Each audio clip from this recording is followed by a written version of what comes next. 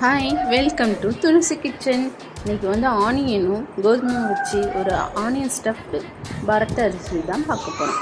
அது எப்படி செய்யலான்னு பார்க்கலாமா? அதுக்கு ஒரு பேனில் வந்து 2 டம்ளர் வந்து கோதுமாவு, அது கூட உப்பு, கொஞ்சம் ஆயில், தண்ணி ஆட் பண்ணி அஸ்யூஷுவல் நீங்கள் எப்படி சப்பாத்தி பண்ணியிருக்கீங்களோ அது மாதிரி பிணைஞ்சு தனியாக வச்சுக்கலாம். நெக்ஸ்ட்டு ஒரு பேனில் 2 பெரிய சைஸ் வெங்காயம், கொஞ்சம் மஞ்சள்தூள், காஷ்மீர் ரெட் சில்லி, சீரகம், சில்லி ஃப்ளேக்ஸ், அப்புறமேட்டு 1 டீஸ்பூன் வந்து கடலை மாவு, 1/2 லெமன் புழிஞ்சு அதனால் மிக்ஸ் பண்ணி தனியாக வச்சிடலாம். நெக்ஸ்ட் வந்து அந்த மாவு எடுத்துட்டு சப்பாத்திக்கு எப்படி தேய்க்கிறோமோ அதே மாதிரி தேய்ச்சிட்டு அதுக்கு மேலே வந்து ரெடி பண்ண ஆனியன் ஸ்டஃப்பிங் வச்சுட்டு அதுக்கு மேலே இன்னொரு சப்பாத்தியாக வச்சு இந்த மாதிரி கட் பண்ணி எடுத்துக்கணும். சின்ன சின்னதாக கட் பண்ணி ஒன்று வந்து ரோல் பண்ணிவிட்டு நெக்ஸ்ட்டு வந்து அடுத்தது மேலே வந்து இது மாதிரி ஒவ்வொன்றா ரோல் பண்ணிகிட்டே வரணும். ரோல் பண்ணிகிட்டே வந்தோன்னா இந்த மாதிரி ஒரு ஷேப் கிடைக்கும்.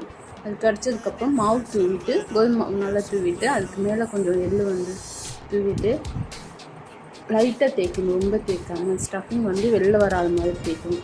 தேய்ச்சிட்டு தோசைக்கல்லில் வந்து போட்டு அது கூட வந்து பட்டரான நெய் வந்து மேலே போட்டு எடுத்துட்டு சுட்டு எடுத்தோம்னா ஒரு சூப்பர் ஈஸியாக செய்யக்கூடிய ஆனியன் பரோட்டா ரெடி. இது கூட டொமேட்டோ கெச்சப்பும் கேர்டு வச்சு சாப்பிட்ருக்கேன் நான்.